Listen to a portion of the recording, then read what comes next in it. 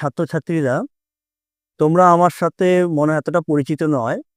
তো আমি একটু বলে দিই, আমি এতদিন ধরে ইউটিউবে কলেজে যারা নর্থ বেঙ্গল ইউনিভার্সিটি এবং অন্যান্য ইউনিভার্সিটি বিভিন্ন সাবজেক্ট বিষয়গুলো নিয়ে আলোচনা করতাম এবং তাদের সাজেশন দিতাম। তোমরা যদি দেখো তাহলে আমার ইউটিউব চ্যানেলে দেখতে পাবে, পরবর্তীতে আমার লিঙ্ক চলে যাবে।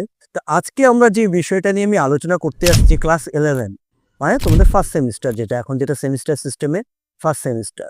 তো ক্লাস 11-এর বহু ছাত্রছাত্রী আমাকে তারা রিকোয়েস্ট করেছিল যে স্যার আপনি এটা ক্লাস 11-এর উপরে আমাদের সাজেশন বা আলোচনা করেন বিষয়বস্তুকে নিয়ে।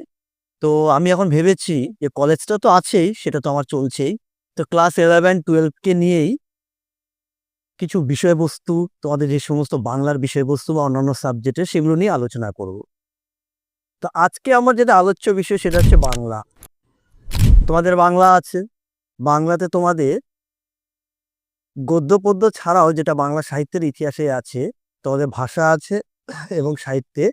তো আজকে আমি যেটা তোমাদের 5 মার্কসের থাকবে, দুটো পার্ট আছে। এই 5 মার্কস কিসে কিসে থাকছে? 5 মার্কস থাকছে হচ্ছে তোমার প্রথমে হচ্ছে কি বাংলা সাহিত্যের যেটা ইতিহাস, সেটার মধ্যে আছে তোমার প্রাচীন যুগ আর মধ্যযুগ। তো প্রাচীন যুগ বলতে বাংলা ভাষা সাহিত্য যেটা নিদর্শন প্রাচীন যুগে, সেটা হচ্ছে কি আমাদের চর্যাপদ। ঠিক আছে, এই চর্যাপদ হচ্ছে আমাদের বাংলা ভাষা সাহিত্যের নিদর্শন। তারপরে মধ্যযুগ আসলো, প্রাচীন যুগ শেষ করে মধ্যযুগ। মধ্যযুগের নিদর্শন কি? মধ্যযুগের নিদর্শন হচ্ছে শ্রীকৃষ্ণ কীর্তন। তোমাদের এই দুটো পার্টি পড়তে হচ্ছে, একটা প্রাচীন যুগ আর মধ্যযুগ। আর আধুনিক যুগ হচ্ছে গিয়ে 1800 শতকের ফোর্ট উইলিয়াম কলেজের আবিষ্কারের মাধ্যম দিয়ে। তো আমাদের যেহেতু আলোচ্য বিষয় প্রাচীন আর মধ্যতে, দুটো বিষয়ে আমি আলোচনা করছি। তো প্রথমে আলোচনা করছি প্রাচীন যুগ। বাংলা ভাষা সাহিত্যের নিদর্শন হচ্ছে প্রাচীন যুগের নিদর্শনই হচ্ছে চর্যাপদ, যেটাকে চর্যাচর্য বিনিশ্চয় বলা হচ্ছে। চর্যাপদ কি?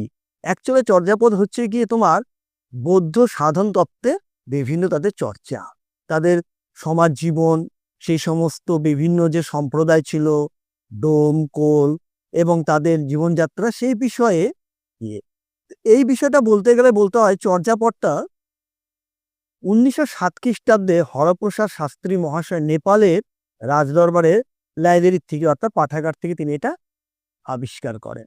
এবং সেই বইয়ের মধ্যে 24 জন পদকর্তা ছিলেন এবং 24 জন পদকর্তার 50টি, আবার মতান্তরে বলা হয় যে 51টি নাকি পদ তারা মানে ছিল। এই 51টি পদের মধ্যে মাত্র 46.5টি পদ পাওয়া যায়, বাকিটা পাওয়া যায়। তো এই চর্যাপদে 24 জন পদকর্তা আছে, তাদের মধ্যে সবচেয়ে যিনি হচ্ছেন তিনি হচ্ছেন লুইপাদ। তারপরে আরো 24 জন পদকর্তার মধ্যে আছে কার্ণপাদ আছে, ভূসুকপাদ আছে, এরকম প্রচুর জন আছে। তো এই চর্যাপদ যখন তিনি আবিষ্কার করেন, তার ভাষাটা নিয়ে একটু বিতর্কিত আছে। কিরকম বিতর্কিত? এই ভাষাটা ঠিক বোঝা যাচ্ছিল, আবার কিছু বোঝা যাচ্ছিল না। এই জন্য তিনি এই ভাষাটার নাম দিয়ে দিলেন কি? সান্ধ্য ভাষা বা সন্ধ্যা ভাষা। তাহলে চর্যাপদের ভাষাকে বলা হচ্ছে সন্ধ্যা ভাষা বা সান্ধ্য ভাষা। এবং বলা হয় চর্যাপদ হচ্ছে এটা হচ্ছে দশম থেকে দ্বাদশ। সুনীতি কুমার চট্টোপাধ্যায় এবং যারা ভাষাবিদ আছে, মোহাম্মদ শহীদুল্লাহ, ওনারা করেছে এটা দশম থেকে দ্বাদশ শতকেরই এই চর্যাপদ। এবং চর্যাপদে 24 জন পদকর্তা আমরা বললাম, সবচেয়ে প্রাচীনতম হচ্ছে লুইপাদ। এরকম বিভিন্ন রকমের প্রশ্ন তোমাদের এখান থেকে আসতে পারে। এছাড়া কি আসতে পারে? এখান থেকে প্রশ্ন আসতে পারে যে চর্যাপদ কে কোথার থেকে আবিষ্কার করেন, চর্যাপদে কতজন পদকর্তার সন্ধান পাওয়া যায়, চর্যাপদের ভাষাকে কি বলা হয়, অথবা চর্যাপদের প্রধান পদকর্তাকে, চর্যাপদ আনুমানিক কোন সময় আবিষ্কার হয়। এই সমস্ত প্রশ্ন তোমাদেরকে বলছি।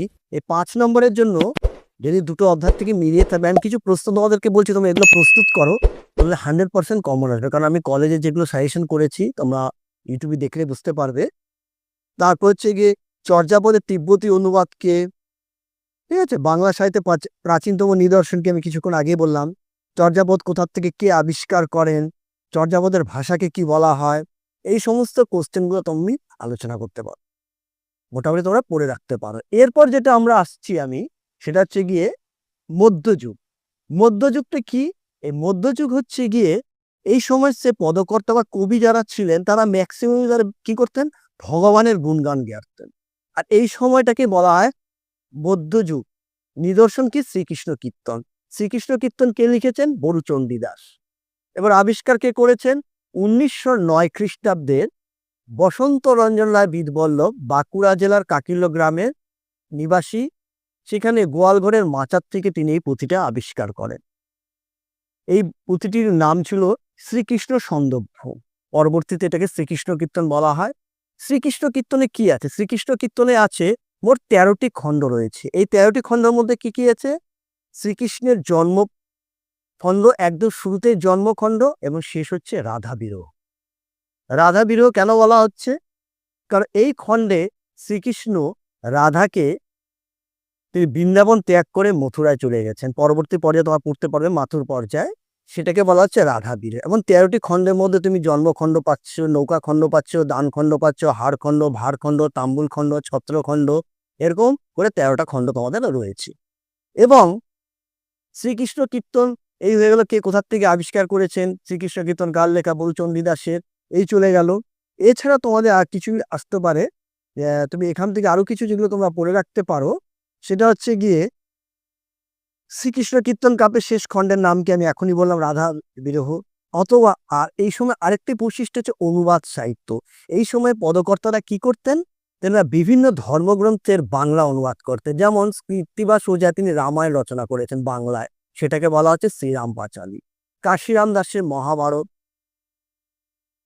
এরকম করে বিভিন্ন ধর্মগ্রন্থ তোমরা আস্তে আস্তে, মালাধর বসু শ্রীকৃষ্ণ বিজয়, সৈয়দ আলল, তোমাদেরকে এই কোশ্চেনগুলো তোমাদের পড়ে রাখতে হবে। তো আমি বলে যাচ্ছি যে তোমাদের কি কি প্রশ্ন একটু তোমরা তৈরি করে রাখতে পারো। শ্রী কীর্তন কাব্যের শেষ খণ্ডের নাম কি? মালাধর বসু অনুদিত গ্রন্থের নাম কি? অভিনব জয়দেব নামে কে পরিচিত? ঠিক আছে। দুটি চৈতন্য জীবনী কাব্যের নাম লেখো। বাংলা সাহিত্যে মধ্যযুগে প্রথম নিদর্শন কোনটি? চণ্ডীমঙ্গল কাব্যের শ্রেষ্ঠ কবি কে? যে আমি বললাম চণ্ডীমঙ্গল, মনসামঙ্গল। চণ্ডীমঙ্গল যেমন মানিক দত্ত, মনসামঙ্গল হচ্ছে বিজয়গুপ্ত, ধর্মমঙ্গল, এরকম বিভিন্ন অনুবাদ সাহিত্য তোমরা পড়তে পারবে। মঙ্গল কাব্যের একজন প্রধান কবি কে? যেটা আমি বললাম মনসামঙ্গল, বিজয়গুপ্ত। ঠিক আছে। মালাধর বসুর একটি গ্রন্থের নাম লেখো। কোন কাব্য পরাগলি মহাভারত নামে খ্যাত? চণ্ডীমঙ্গল কাব্যের আদি কবি কে? এই সমস্ত কোশ্চেনগুলো তোমরা তৈরি করে রাখতে পারো। আরো বিশদ যদি তোমরা জানতে চাও, আমার সাথে তোমরা যোগাযোগ করো। আমার কমেন্টস বক্সে তোমরা এগুলো আমাকে মেসেজ করবে। আমার ইউটিউব চ্যানেলটা ফলো করতে থাকো। এর পরবর্তীতে আমি যে আলোচ্য বিষয় নিয়ে আসবো সেটা হচ্ছে তোমাদের ভাষা সাহিত্য, ভাষা, বাংলা ভাষার উদ্ভব, বিকাশ, ভাষা বংশ, এগুলো নিয়ে। কিন্তু তোমাদের যেই সাজেশনগুলো আমি বললাম, চর্যাপদ এবং শ্রীকৃষ্ণ কীর্তন, প্রাচীন যুগ আর মধ্যযুগ, এইটা কিন্তু তোমরা খুব ভালো করে তৈরি করো। এর বাইরে কিন্তু প্রশ্ন আসবে না। এখানে তোমরা 5-এ 5 পেয়ে যাবে। তো আজকে এখানে রাখছি। পরবর্তী ভিডিওর জন্য তোমরা অপেক্ষা করো। খুব শীঘ্রই আমার পরবর্তী ভিডিও আসবে।